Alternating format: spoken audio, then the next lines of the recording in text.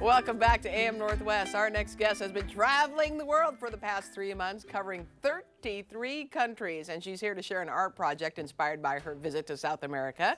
We welcome back the author of Nobody Dies in Art Class, that I know of, professional artist Elida Field. Great to see you. It's so good to see you. All right, so tell me, you always get inspired by your trips, I do. as we all should. Yes, and I saw lots of llamas and alpacas. Bolivia and Peru, they're just everywhere. Oh, so, wow.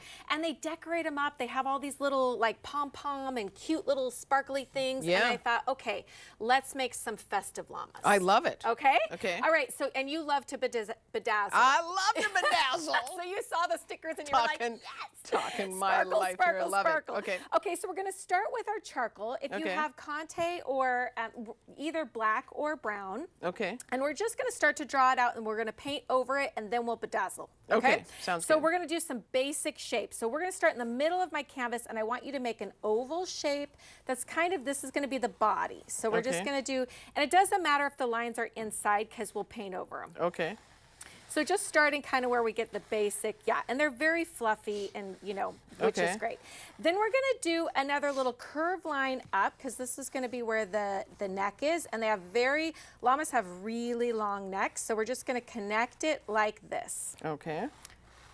You can just keep going, and I'll just try to follow And then I'm you. just going to do another little oval for the face, and this one's going to come down just a little bit. Okay. And then two little angled lines for the ears. And the llamas have longer ears than alpacas, just fun fact. Oh, I didn't know that. Yeah. Okay.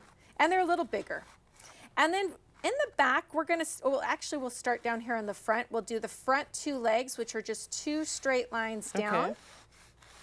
And another one that's going to be two straight lines down. And then a little curve line at the bottom for their little feet. And for the back legs, good. And you can make this chest come down kind of to connect with that other leg on the front. Okay. Yeah, good. And then the back legs, we're going to do a curve line right here. And this leg's going to come back. This is a little tricky because they have knees that kind of go back, like the same like a horse. They kind of go back and then they come down. Okay. So they angle back and then they come down with a little curve line in the back. The next one is going to do the same thing. It's going to come back with a little angled line back, and then that's going to come down and a little curve line in the back. Okay. They have a little puffy tail, so they can kind of like, it just goes out a little bit. Oh, like this. Yeah, and we're not going to worry about the face because we can add those details. Sure. On the back, we're going to do a little curve line down, and this is going to be where the blanket is. And that's going to be where all the color is. So make sure we get that in, and we're not going to paint that in right now. Okay. Okay, now we can put our charcoal aside.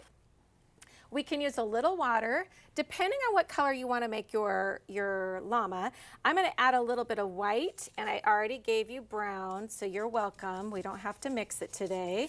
If you want to, you're always giving me a hard time. Like, why don't we just buy the color? Buy the color, Why? Elida. Make it so hard, Elida. Buy the color. Exactly. So I'm going to come in. It depends on what color you want to do. I'm using kind of a whitish brown, and I'm just going to start to fill in the body here with a little bit of water and a little bit of color.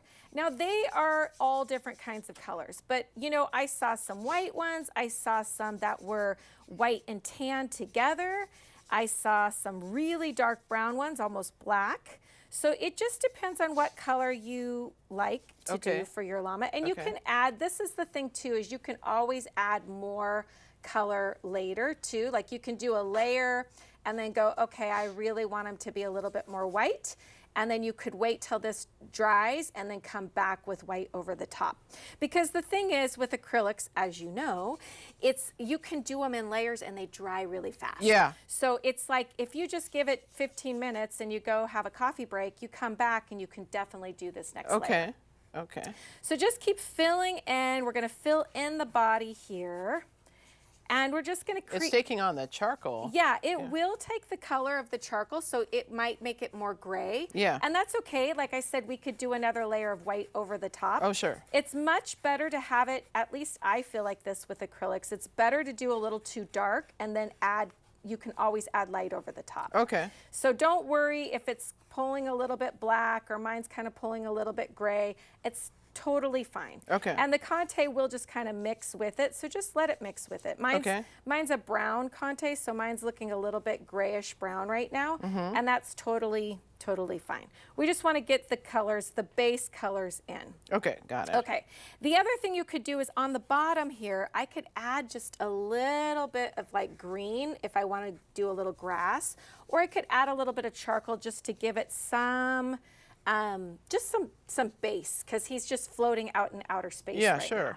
So we just want to give him a little bit, like I'm just going to give him a little bit of pop of color here at the bottom.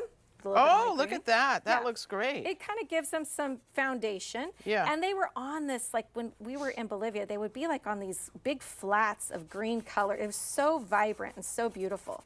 So just throw in a little bit of color at the bottom. I'm going to clean my brush, and then now I'm going to move on to my blanket. Now, I think the blankets there, they do everything with bright colors. So I'm going to go with this like hot pink. But you could mix the hot pink and yellow, and that would be like a really vibrant orange. You didn't give me a green. You told me I had to look at clearly I have to mix it. Jeez. I know. Look at, I still snuck that in. You're like, that wasn't part of the deal. Right. Yeah, exactly. But I knew you would know how to do it. Green and yellow, right? Yeah, blue and yellow make your green. Right. Oh yeah, blue and yellow. Thank you. See, thank God. Good thing I'm here. I know. I was like, you knew it. I didn't even have to tell you. So you can mix any, like whatever colors you want to for this blanket. But like I said, I love these like really bright. So I gave you some really vibrant yellow and a really fluorescent pink that you can do. And once you have that. Oh, look at that. That looks great. It starts to give it a little pop of color. Yeah. And then you can move on. We can create, like once this is all full here, I can take like my tiny little brush and we can start to make, they have like these halters that are like, just these little balls. They have all these little puffy balls, and I can come in and start to kind of create. Oh, wow, look at that. Little fun, just with a little tap, tap, tap. Yeah. And they'll have them like going around their neck. I don't know, it's like just a festive little activity that they have just to make them look cool. So just using your little pointy brush.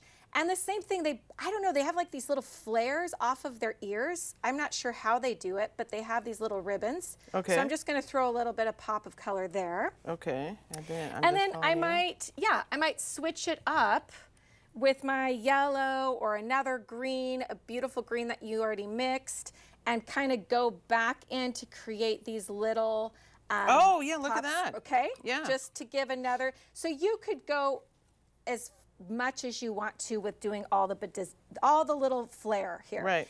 And I want to show you. I do love this with all the color. I know, with it's all awesome. the color, you can just make it as festive as you want to. Right. And they have all this little fringe off of their little blankets, so you could come in and add more layers of colors. And again, like once the llama dries, you can always come in and add another, like make him more furry. You know, this was our base layer. Yeah. But I want to get to bedazzling. Okay. So take your little sticky stuff, and then look, we can just stick them right on, like on my little, they're just little stickies that you can put on, and you can keep adding. And the same thing, like look at for like even on your blanket. Oh yeah. Oops. The same thing you could do with those little pom-poms. And I know we don't, have time with glue and stuff, but you could do a little pom-pom on his little tail. You could add a little tiny pom-pom on his, just to give him another dimension. Yeah. And oh, this is great. I so love fun, it. Right? How fun is that? You can really play with that. You can make it, and if you wanted to go in once his little face is done and dried, you could use your charcoal and give him a little eye that he's like this, like a little sleepy eye, and a little nose right there at the end. Awesome. We want to tell everyone your book again is Nobody Dies in Art Class. Elida Field, great to see you. It's great to see you. Okay. We'll be right back with more AM Northwest. Don't go away. Look at a couple of these guys.